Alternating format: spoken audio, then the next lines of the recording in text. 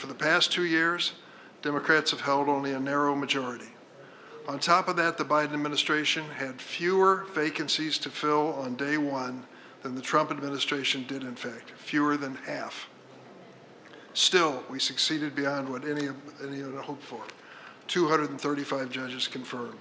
More than 1 out of every 4 judges now serving on the judicial bench were nominated by this president, Joseph Biden.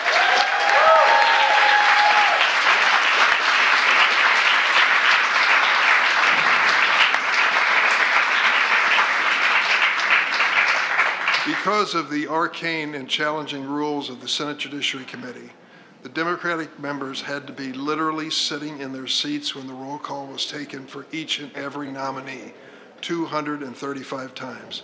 And for that and so much more, I give you a second, if you will, to remember the names of those who served so well. Dianne Feinstein, Sheldon Whitehouse, Amy Klobuchar, Chris Coons, Richard Blumenthal, Mazie Hirono, Cory Booker, Alexei Padilla, John Ossoff, Senator Butler, and Senator Welch. They deserve a round of applause.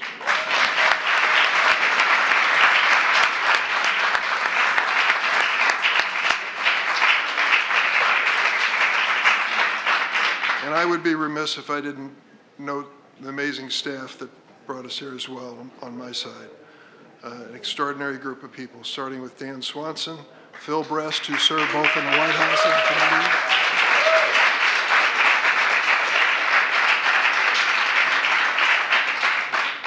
Sarah Bauer, Rochelle Yolandi, Charnel Garnbach, Stephanie Angel, Jess Clay, Malik Simmons on the whips part on the floor, and of course, Joe Zogby, the staff director.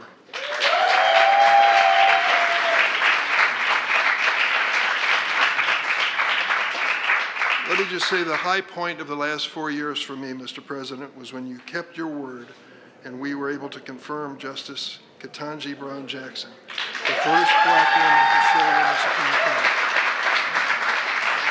If you're going to be the first, you've got to be the best, and she is. Certainly the best by every single measure. You kept your word to nominate her, and we have done a great favor to the nation by following through. Let me say in closing this. We are proud of the fact that these nominees had bipartisan support. More than 80% of them received bipartisan support for passing. I also want to thank my friend and colleague of many years, Chuck Schumer. I nagged him and beat up on him and twisted his arm and did everything I could to get our nominees on the calendar, and he came through with flying colors. In fact, in the closing weeks of this session, that was really the focus of our activity to make sure that we reach this 235 number. Thanks, Chuck.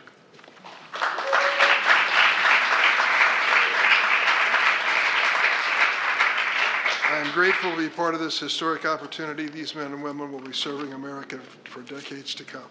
My friend, Chuck Schumer.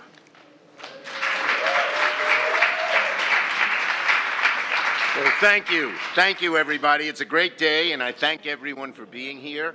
First, let me begin by thanking President Biden.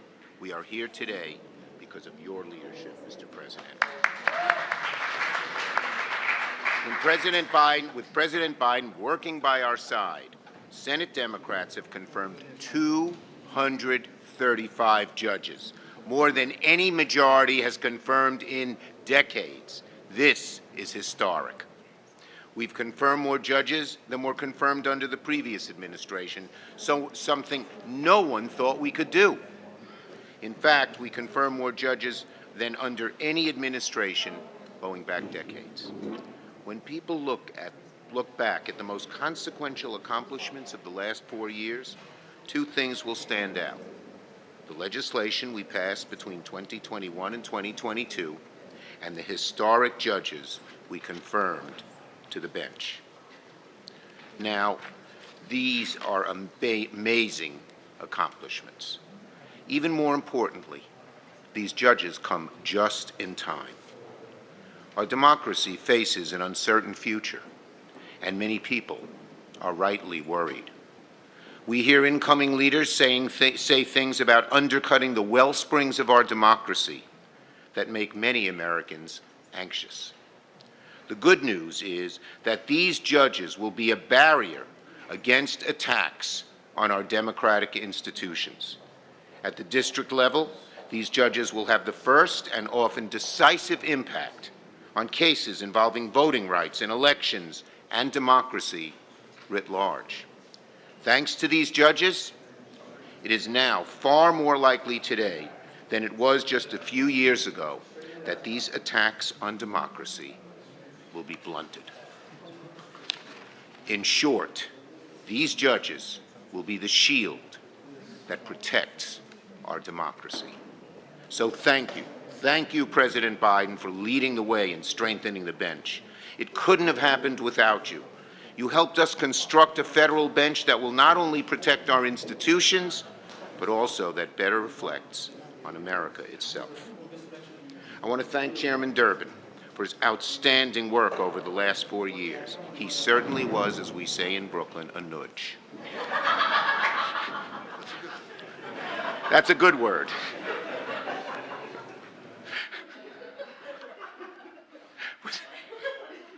Without Chairman Durbin, we could not have confirmed so many judges in such a short amount of time. He's been an excellent and diligent partner every step of the way. I want to thank all of his staff and the judiciary staff and my staff, Evan, who was here, my great counsel, for the great job they have done. I want to thank also Vice President Harris, who helped us confirm many of these nominees by a deciding vote. Many of them were 50-50. And without her being here, and she had to change her schedule, often at last-minute notice, it might not have happened. Finally, thank you to all my colleagues on both sides of the aisle. As Senator Durbin noted, we did have some support from a group of Republican senators, and that helped us. So we thank that as well. Now, it is my pleasure, my sincere pleasure, to turn it over to the person who's led the way in this great effort, our President Joe Biden. Mr. President, what you have done in confirming what you have done in confirming a record number of judges will be one of the most important hallmarks of your legacy, which is, of course, very large and impressive.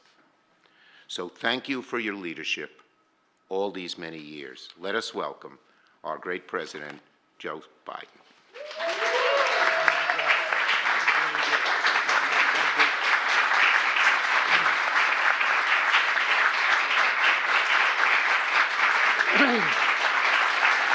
Thank you, thank you, thank you. Thank you. I'm sure you're clapping because I finally showed up.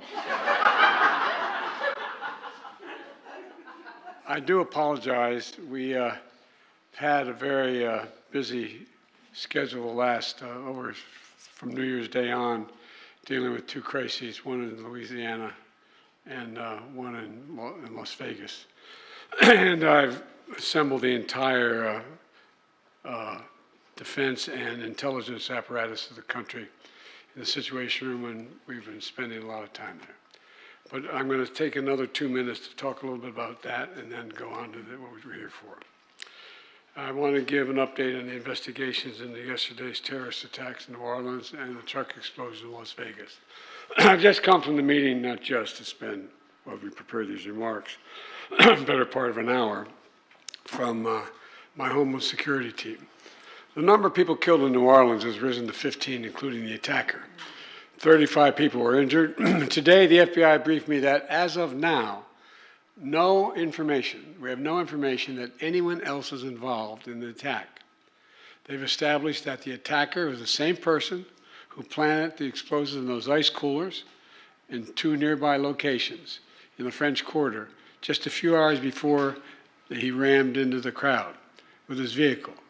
They assessed he had a remote detonator in his vehicle to set off those two ice chests. So there's no question that, remember all the talk about other people were involved, placed in, they have him, they have established he's there, and even established that he had a detonator to explode those ice chests. As I said yesterday, the attacker posted several videos just several hours before the attack, indicating his strong support for ISIS. Federal law enforcement and the intelligence community are actively investigating any foreign or domestic contacts and connections that could possibly be relevant to the attack. And so we're also continuing to investigate whether or not there's any connection between the New Orleans attack and the explosion in Las Vegas. As of now, they've just been briefed. They have not found any evidence of such a connection thus far. I've directed them to keep looking. The individual who rented the truck that exploded in Las Vegas also served as active duty U.S. Army. And the FBI is working with the Department of Defense on investigating, including the service members' possible motives and all those he worked with, who served with him, with things he'd say and do. I directed my team to accelerate these investigations so we have answers to our unanswered questions. They're making every single resource available to get the job done. And we're going to share the facts as soon as I learn them so the American public doesn't have to wonder. In the meantime, like I said last night, New Orleans is a city of tremendous spirit. You can't keep it down. You really can't. And we're seeing that today. The Sugar Bowl is back on. Kickoff is going to take off very shortly. If I don't get this damn thing done, we're going to be in real trouble. And the FBI has handed control of Bourbon Street back to local officials. Security of the area has been reinforced, and they should be open for business later today, the Bourbon Street. People in New Orleans are sending an unmistakable message. They will not let this attack or the attackers' deluded ideology overcome us. None of us should fear that it will overcome us. We're going to continue to relentlessly pursue ISIS and other terrorist organizations where they are, and they'll find no safe harbor here. I'll continue to provide updates in New Orleans and Las Vegas as the facts develop. Now to the business at hand. I can't tell you how much I appreciate these two men. Not a joke. You know, the fact of the matter is that the Majority Leader Schumer and Chair Durbin, their leadership has been invaluable.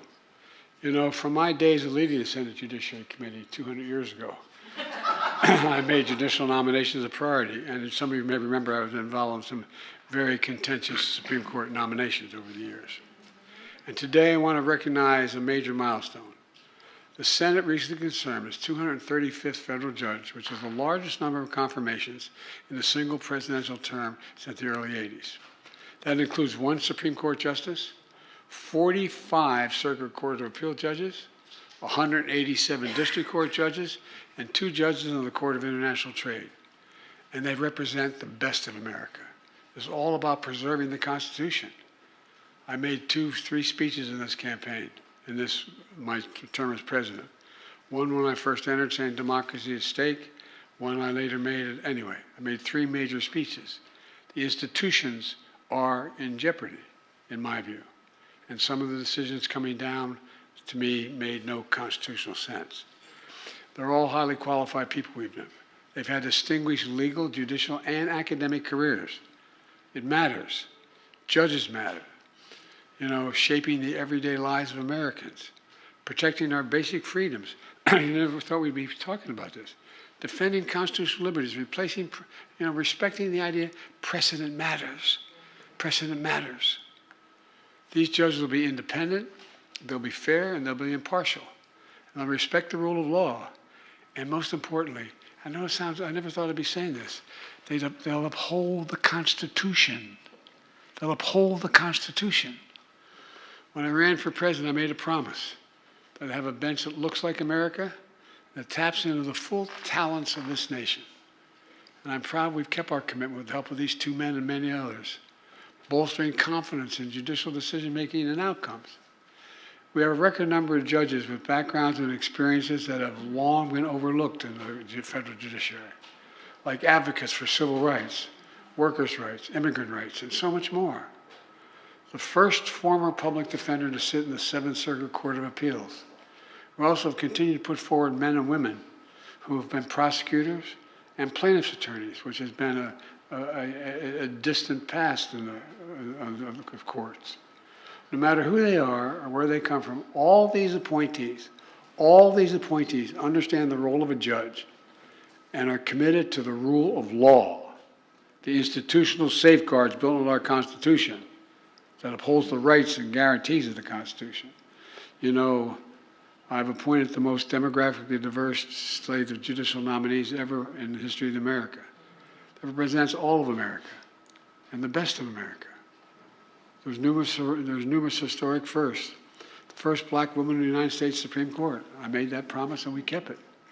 More black women in the courts of appeals than every other previous administration in American history combined.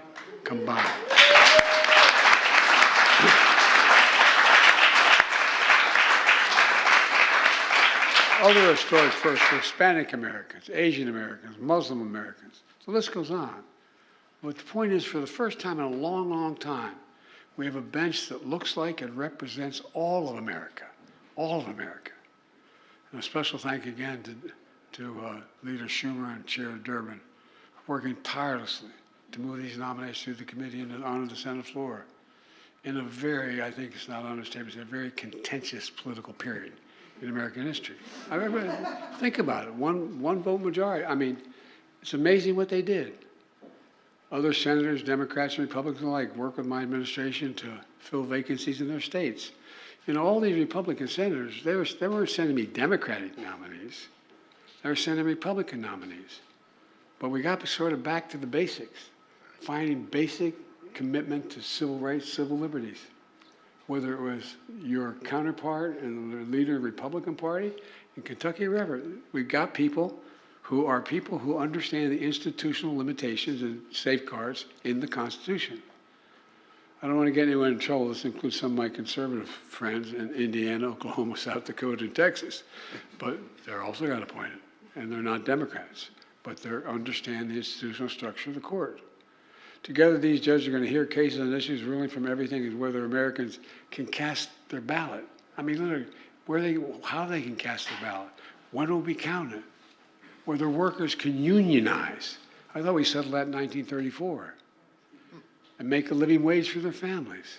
Whether children can breathe clean air and drink clean water and be mandated by the Congress to do so. These judges also are a vital check on the excesses of other branches of government, including Congress and the executive branch when they overreach and run afoul of the constitutional and institutional safeguards. So let me close with this. I'm proud of the legacy that we'll leave for our nation as it relates to judges. And I'm proud of the men and women who stepped forward and heeded the call to serve. I really mean it. Think about it. If I looked at some of you and said, I want to nominate you, you said, in this time? No, I'm serious. Well, I mean, I know this room is probably the only room that fully would understand and comprehend that. And folks, I know they'll continue to uphold our nation's founding principles of liberty, justice, equality, and do it for decades to come. As we say in my own neighborhood, it's a big deal. It's a big deal. And I, bless me, Father, for I have sinned. But all kidding aside, I'm really proud of the caliber, capacity, willingness, and the academic backgrounds of all these men and women we appointed. In fact, we appointed more women than others. It's just because I was raised in a household where all the women are smarter than all the men. But all kidding aside, I really think we'll be proud of these women and men that have been appointed. And I think we're going to reestablish the safeguards that are built into the Constitution. Everybody has an equal opportunity. That's what it's all about. So thank you all and all the leaders in this room for all you've done. Wouldn't have got done without you guys. Thanks to the recommendations and all the help. But most importantly, these two guys. The idea that from the beginning, when we had that first conversation, Chuck said we're going to appoint all these judges, we looked at each other like, are we kidding ourselves, right? Thank you, pal. Thank you. And Dick, by the way, I've ruined his reputation by bragging so much about him. I was hesitant to do it during the election year because it might hurt him, but all kidding aside, every time we get in trouble, I literally ask my staff, I say, Durbin's there. Durbin's there. Thank you. You're the best, pal. Thank you. You really are. Thank you. Thank you all so very much.